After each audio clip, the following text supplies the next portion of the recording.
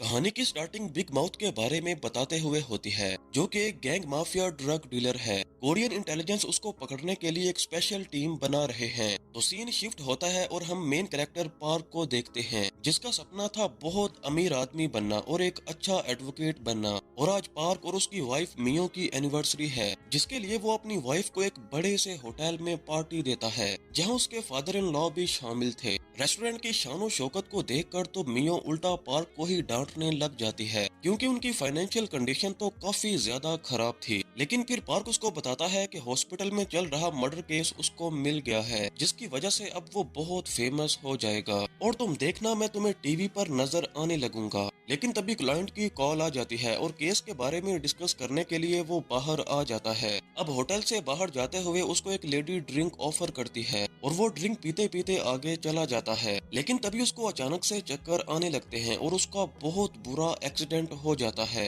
Scene shift होता है और एक वीक पहले का टाइम दिखाया जाता है, जहाँ पर पार्क और मियो सोकर उठ रहे थे और इन दोनों के बीच प्यारी सी नोक-झोंक चल रही थी। और मियो पार्क को कह रही थी कि उनकी सारी सेविंग्स अब खत्म हो चुकी हैं, तो आज जिस केस के लिए वो जा रहा है उसे हर हाल में वो जीतना ही होगा। फिर पार्क अपने फादर इन लॉ के साथ कोर्ट जाता है। दरअसल ये केस एक क्रिप्टो करेंसी स्कैम का केस था, जिसमें पार्क भी काफी तरह से फंसा हुआ था, क्योंकि उसने भी अपनी काफी अमाउंट इसमें लगाई हुई थी और इसीलिए वो बाकी उन सभी लोगों को रिप्रेजेंट कर रहा था जो इस केस में फंसे हुए थे। तो केस जीतने के लिए उसने लोन शार्क से काफी सारा पैसा लिया हुआ था और उसने वो सारा पैसा जज को दिया था ताकि फैसला उसके हक में आए। लेकिन पार्क की बत्ती तब गुल हो जाती है जब जज चेंज हो जाता है और उसकी जगह कोई और आ जाता है और पार्क केस हार जाता है। सारे लोग उसके खिलाफ हो जाते हैं और वो अपनी जान बचाकर अपने फादर इन लॉ के साथ यहाँ पर आकर बैठ जाता है। फिर अपनी वाइफ के गुस्से के डर की वजह से वो पूरी रात घर से बाहर रहने का फैसला करता है, जहाँ पर उसके फादर इन लॉ भी अपनी बेटी से छुपते छिपाते पार्क के कपड़ों का बैग उसको लाकर दे देते हैं। लेकिन तभी एक नया केस उसके हाथ लगता है, जब मेयर उसको खुद कॉल करते हैं और एक सुनसान एरिया पे बुलाते हैं।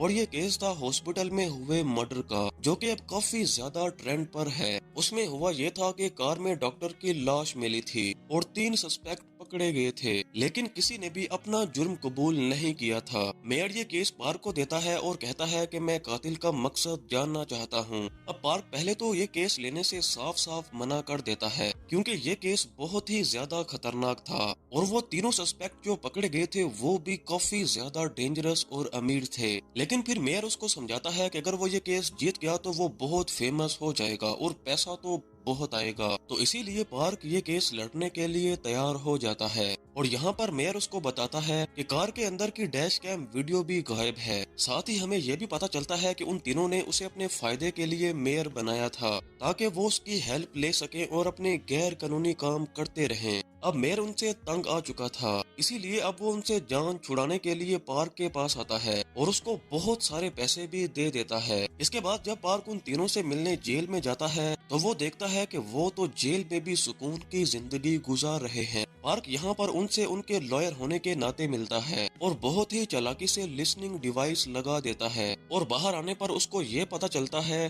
कि जिस डैश कैम की वीडियो मेयर उससे कर रहा था वो इन तीनों में से किसी एक की वाइफ के पास है। फिर पार्क ये सारी इन्फॉर्मेशन मेयर को कॉल करके देता है और फिर मेयर और पार्क उन क्रिमिनल्स की वाइफ से मिलने जाते हैं, जहां वो कुकिंग कंपटीशन की एक वीडियो शूट करवा रही थी। लेकिन जैसे ही वो अपने रूम में जाती है तो उस पर कोई अटैक कर देता है। नीचे पार्क और मेयर भी वहां पर आ जाते हैं और वो बेहोश हो जाती है। जब उसको होश आता है तो वो दोनों उसको इन्वेस्टिगेट करते हैं और उसी डैश कैम वीडियो के बारे में पूछते हैं और साथ ही कहते हैं कि अगर उसने कुछ भी छुपाने की कोशिश की तो अपने हस्बैंड की तरह वो भी जेल में सड़ेगी। फिर वो लेडी टेम्पल में जाती है और वहाँ पर वो वीडियो रिकॉर्डिंग निकालती है और पार्क को दे देती है। साथ ही वो उसको चौथे इंसान का नाम भी बताती है, जो कि कोई और नहीं बल्कि गुमजू है और वो बहुत ही पावरफुल इंसान है जो कि हर गलत काम में इन्वॉल्व होता है, लेकिन वो बहुत ही आसानी से बच जाता है क्योंकि उसकी पहुंच बहुत ऊपर तक है। वो कहती है कि ये केस बहुत खतरनाक है, सो इसीलिए अपना ध्यान रखना। वीडियो रिकॉर्डिंग देखने के बाद पार्क को पता चल जाता है कि उन तीनों ने ही उस डॉक्टर को मारा था, क्योंकि उसके पास उनके खिलाफ कुछ कुछ ऐसे प्रूफ थे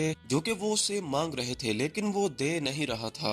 वहीं दूसरी तरफ वो लोग जिनसे पार्क ने लोन लिया था, वो पार्क के घर में धाबा बोल देते हैं और वो अब उसकी प्रॉपर्टी को सीज करने का फैसला करते हैं। अब उसकी वाइफ पार्क से बात करती है। पार्क उसको बोलता है कि ये प्रॉब्लम बहुत ही जल्दी सॉल्व हो जाएगी, सो इसीलिए जाना तुम टेंशन लेना बंद करो। फिर पार्क अपना दिमाग लड़ाता है और सोचता है कि अगर वो ये सबूत गोमजू को बेच दे तो उसे बहुत सारा पैसा मिल सकता है। फिर वो अपने प्लान को अंजाम देने के लिए वो गोमजू से मिलने जाता है, लेकिन वहाँ की शानो शौकत देखकर जहाँ पर गोमजू रहता है, पार्क हैरान हो जाता है। पार्क उसको कहता है कि तुम्हारे खिलाफ मेरे पास बहुत सारे प्रूफ्स हैं, लेकिन गोमजू को इससे कोई फर्क नहीं पड़ता और उल्टा वो उसे ही धमका कर वहाँ से भगा देता है। घर जाकर जब मियो पार्क पर बहुत ज्यादा गुस्सा करती है तो वो जल्दी से उसे मेयर के पैसे दे देता है और कहता है कि फिलहाल तो उसके पास इतने ही हैं। मियो ने पार्क का नाम बिग माउथ रखा था क्योंकि वो बोलता बहुत है और करता कुछ नहीं है। फिर सीन शिफ्ट होता है और वही उनकी वेडिंग एनिवर्सरी वाला सीन दिखाया जाता है जहां पर पार्क का एक्सीडेंट हो गया था,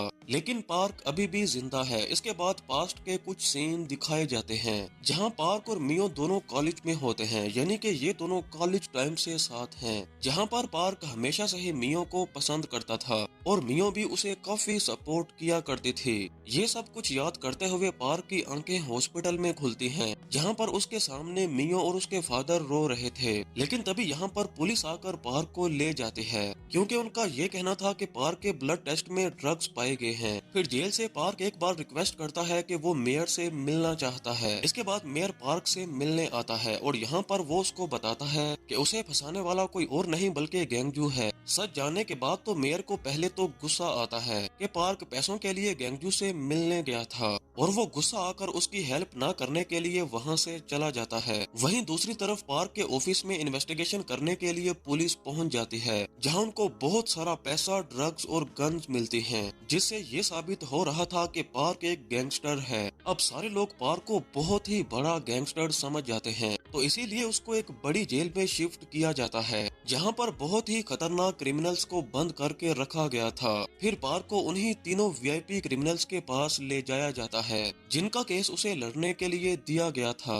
वो तीनों उसको बहुत मारते हैं कि उसने उन्हें ही फंसाने की कोशिश की। फांसी से लटकाकर वो उसको मारने ही वाले होते हैं, लेकिन तभी जेल वार्डन वहाँ पर आ जाता है और खुशकिस्मती से पार्क को बचा लेता है। और ऐसा करने के लिए उसे गोंगजू ने कहा था क्योंकि उसने न्यूज में ये देख लिया था पार्क के पास से बहुत सारा पैसा मिला है और उसे गैंगस्टर डिक्लेयर किया गया है और लोग उसे बिग माउथ कह रहे हैं, जिसने गैंगजू का सारा पैसा और उसका सारा गोल्ड हड़प लिया था, जो कि अब वो उस बिग माउथ से रिकवर करना चाहता है। पार्क की हालत बहुत ज्यादा खराब थी क्योंकि उसकी बहुत ही ज्यादा पिटाई हुई थी। इसके बाद उसको डॉक्टर चेक करते हैं और बाद में फिर से जेल के रूम में छोड़ जाते हैं। और वहीं दूसरी तरफ सब लोग पार्क के घर में आकर मियो से उसका इंटरव्यू ले रहे थे जहां पर वो कहती है कि उसका हस्बैंड बिग माउथ नहीं है बल्कि वो सीधा साधा इंसान है और कोई उसको फंसाने की कोशिश कर रहा है, लेकिन वो कुछ न कुछ करके अपने हस्बैंड को बचा ही लेगी। साथ ही वो कहती है कि पार्क, अगर तुम ये मेरी बात सुन रहे हो तो जान लो मैं तुमसे बहुत प्यार करती हूँ और मैं तुम्हें बचा के ही रहूंगी। ये सब कुछ पार्क भी सुन रहा था और वो बहुत ही ज्यादा इमोशनल हो जाता है। अब यहाँ पर पार्क को इन्वेस्टिगेट किया जा रहा था जहाँ पर वो कहता है कि मैं कोई भी बिग बुग नहीं हूँ। अगर मैं इतना ही ज्यादा अमीर होता तो मेरे ऊपर इतना ज्यादा कर्जा कैसे होता। मुझे जरूर कोई ना कोई फंसा रहा है और ये सब कुछ मेयर भी बाहर बैठा देख रहा था। हर जगह यही न्यूज चल रही थी कि पार्क ही बिग माउथ है। बिग माउथ एक बहुत बड़ी गैंग का लीडर है जो कि सालों से फरार है और वो अपनी आइडेंटिटी छुपा कर ही ये सारी डील्स करता है। अब हर कोई पार्क को बहुत ही ज्यादा खतरनाक समझ रहा था और जैसे ही पार्क जेल के अंदर आता है और वो तीनों वीआईपी कैदी भी जेल में डर रहे थे, वो कहते हैं कि अगर ये बिग माउथ है तो हमारी मौत अब पक्की है। फिर जैसे ही वो सेल के अंदर आता है तो जेडी नाम का एक लड़का उसके पास आता है और कहता है कि मैं आपका बहुत बड़ा फैन हूँ और आज मैं आपसे मिलकर बहुत ही ज्यादा खुश हूँ।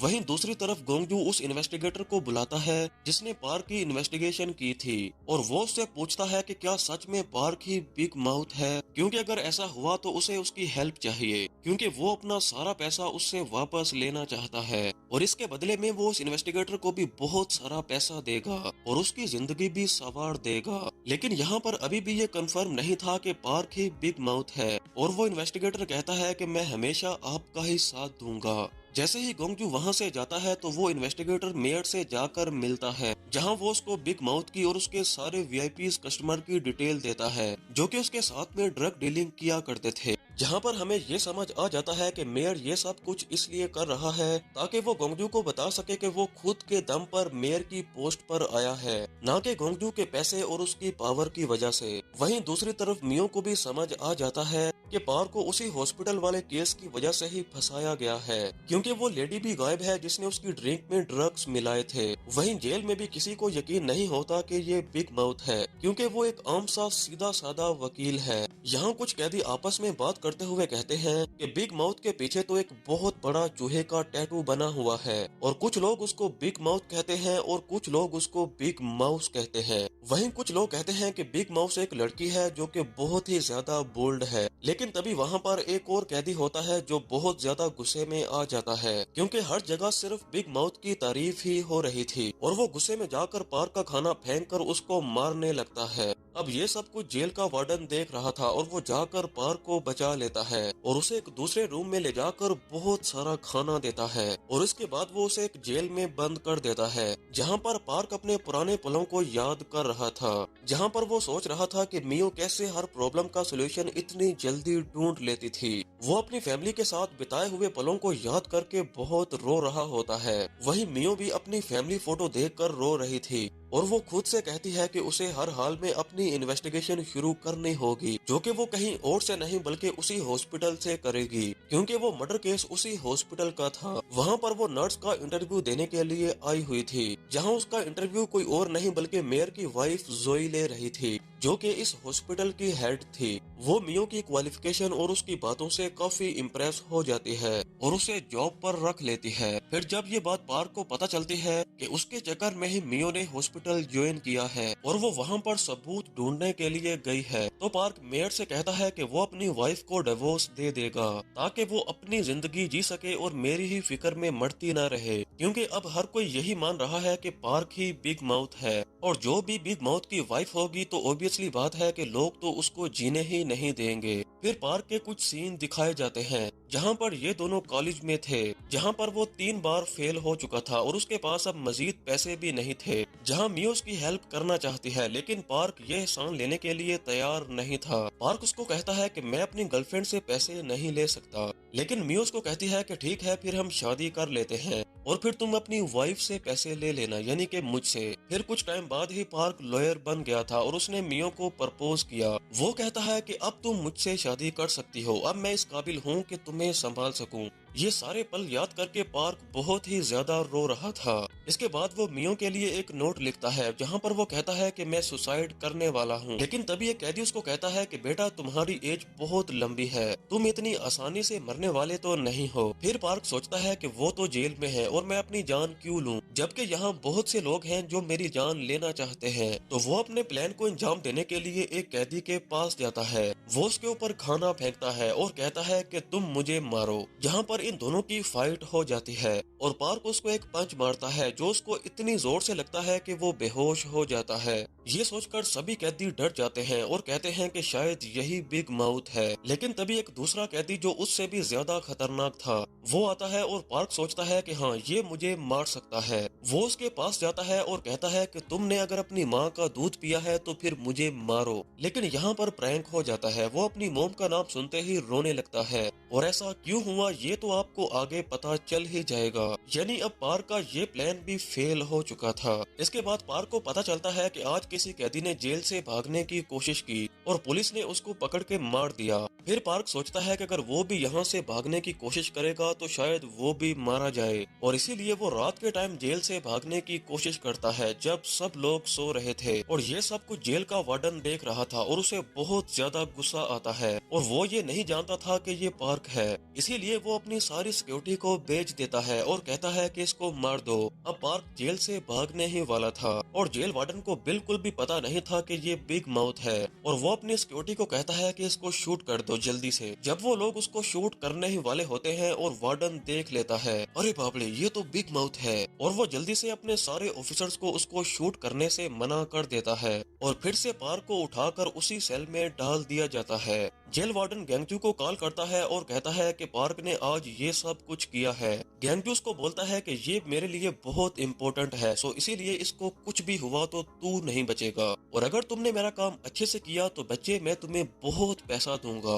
वहीं दूसरी तरफ मियो हॉस्पिटल में अपनी जॉब के लिए पहुंच जाती है। अब यहाँ पर बाकी जितनी भी नर्स थी वो मियो से ज्यादा बात नहीं करती, ऐसे शो करवाती हैं कि जैसे उन सबको मियो में कोई भी इंटरेस्ट ही नहीं है। अब मियो भी यहाँ पर अपना काम स्टार्ट कर देती है, और जब उनका लंच टाइम होता है तो यहाँ का सारा काम वो नर्सिस मियो के हवाले कर देती हैं, क्योंकि वो इस हॉस्पिटल में न्यू जो आई थी और कोई भी उसको पसंद नहीं करता था। अब यहाँ पर बेचारी मियो अपना काम बहुत ही ईमानदारी से कर रही थी, वो सारे पेशेंट्स को देख रही थी। लेकिन तभी एक पेशेंट की तबीयत बहुत ज्यादा खराब हो जाती है। मियो इमरजेंसी अलार्म ऑन भी करती है, लेकिन फिर भी कोई भी नहीं आता। सब लोग ऐसे ही रिएक्ट कर रहे थे जैसे उनको किसी के जीने या मरने से कोई भी फर्क नहीं पड़ता। लेकिन यहाँ पर मियो अपनी पूरी कोशिश करती है, उसे सीपीआर देती है और जैसे तैसे करके उसकी जान बचा लेती है। लेकिन तभी मेयर की वाइफ जोई जो कि हॉस्पिटल की हेड है, वो मियो के पास आती है और वो उसको डांटने लग जाती है और कहती है कि उसे किसने परमिशन दी ये सब करने के लिए। मियो को यहाँ पर ये लग रहा था कि सब लोग यहाँ पर उसको अप्रिशिएट करेंगे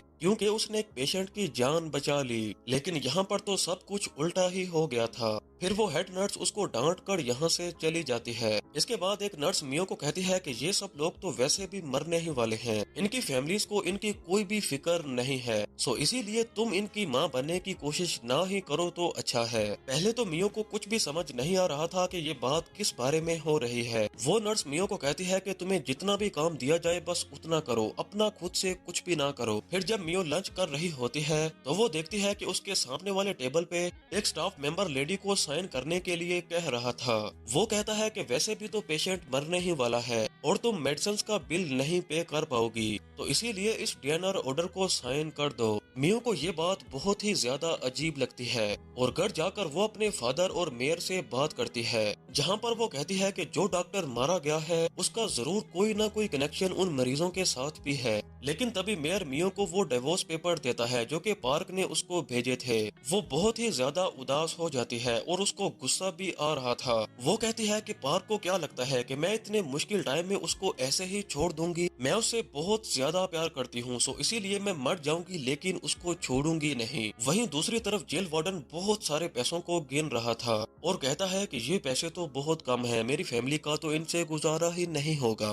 वो यहाँ पर सोच रहा था कि अगर पार्क सच में बिग माउथ निकला तो उसकी तो लॉटरी लग जाएगी, तो इसीलिए वो अपने गार्ड को कहता है कि पार्क को जिस सेल में रखा है वहाँ से निकालकर बाकी सभी कैदियों के साथ ही छोड़ दिया जाए। फिर जेल वार्डन एक मीटिंग करता है जहाँ पर सभी प्रिजनर्स को बुलाया जाता है। वहाँ पर वो एक लंबा चौड़ा भाषण दे रहा था और कहता है कि मैं ही तुम सबका भगवान हूँ और तुम सब कमीने मेरे गुलाम हो, इसीलिए तुम सबको मेरी बात माननी होगी। और फिर सभी कैदियों को अलग अलग कर दिया जाता है, यानी जो कैदी पैसे देंगे वो अलग रहेंगे और जो नहीं देंगे वो अलग रहेंगे। जो पैसे देंगे उनको अच्छे अच्छे खाने मिलेंगे, अच्छी और आरामदाह जिंदगी मिलेगी, लेकिन जो कैदी पैसे नहीं देंगे उनसे काम करवाया जाएगा। और ये सब कुछ सुनने के बाद पार्क को बहुत ही ज्यादा गुस्सा आ जाता है और वो जाकर जेल वार्डन से बात करता है, साथ ही वो उसे कुछ लॉ के आर्टिकल्स के बारे में ज्ञान देने लगता है। अब जेल वार्डन भी गुस्से में आ जाता है और कहता है बेटा यहाँ के लॉयर भी हम हैं और जज भी हम हैं, तो रूल तोड़ना और रूल बनाना ये सब मेरा ही काम है और तुम सबको तो वैसे भी मेरी बात माननी ही पड़ेगी। ये बोलकर वो वहाँ से चला जाता है और सारे कैदियों को उनके काम पर लगा दिया जाता है, जहाँ पर इन सभी से सीवेज लाइन साफ करवाई जा रही थी। यहाँ पर ये सभी एक दूसरे को गालियाँ देते हैं क्योंकि इनको यहाँ से बहुत ही ज्यादा स्मेल आ रही थी और ये सीन देखने में भी बहुत ज्यादा गंदा लग लग रहा था। वहीं दूसरी तरफ ग्रुप ए के लोग बहुत आराम से अपनी जिंदगी जी रहे थे, जिनमें यहाँ पर एक कैदी एक दूसरे कैदी से ये डील करता है कि अगर उसने पार्क को जान से मार दिया तो वो उसको बहुत सारा पैसा देगा, और जो उसकी वाइफ की तबीयत खराब है वो उसके लिए पैसा भी देगा। फिर वो बंदा पार्क को मारने के लिए निकल जाता है और सारे कैदियों के सामने जाकर उस पर अटैक कर देता है, लेकिन पार्क जैसे तैसे करके वहाँ से बच जाता है और वहाँ पर जेल वार्डन भी पहुँच जाता है और वो आकर उसको बचा लेता है। ये सब देखकर पार्क को बहुत ज्यादा गुस्सा आ जाता है और वो देखने में बहुत ही ज्यादा खतरनाक लग रहा था, जिसे देखने के बाद तो सभी कैदियों को यही लग रहा था कि शायद यही बिग माउथ है, जो कि अभी तक अपनी असलियत छुपा रहा था। अगले सीन में पार्क सोच रहा था कि उसे फंसाने की कोशिश कौन कर रहा है और आखिर उस पर हमले कैसे हो रहे हैं, लेकिन तभी उनके खाने का टाइम हो जाता है और यहाँ पर इनको खाना दिया जाता है, लेकिन वो खाना बहुत ही ज्यादा बेकार था, जिस पर पार्क को फिर से गुस्सा आ जाता है और वो वहाँ पर हंगामा खड़ा कर देता है। वो लोग सीवेज का गंदा पानी उठाकर सभी पुलिस ऑफिसर पर डालने लगते हैं। फिर यहाँ पर जेल वार्डन आता है और इनको चुप करवाने की कोशिश करता है और अब पार्क यहाँ पर उसके कान में कहता है कि यहाँ पर मेरे भी आदमी हैं, जो कि हम सबको देख रहे हैं, और अगर तुमने कुछ भी उल्टा सीधा करने की कोशिश की तो तुम्हारी फैमिली गई। जिसका सीधा सीधा मतलब था कि पार्क अब जेल वार्डन को थ्रेट कर रहा था ताकि वो लोग उनको अच्छा खाना दें और अच्छी तरह से ट्रीट कर सकें। और वो यहाँ पर ये भी कह देता है कि मैं ही बिग माउस हूँ, जहाँ पर जेल वार्डन भी मान जाता है और उन सबको बराबर का खाना देने का कहता है। ये सब कुछ देखकर सभी कैदी खुश हो रहे थे, क्योंकि अब उनको उनका लीडर मिल चुका था, जो कि उनके लिए यहाँ पर लड़ाई कर सकता है। और अगले ही सीन में मियो पार्क को मिलने आती है। अब आगे क्या होगा ये हम अगले पार्ट में देखेंगे।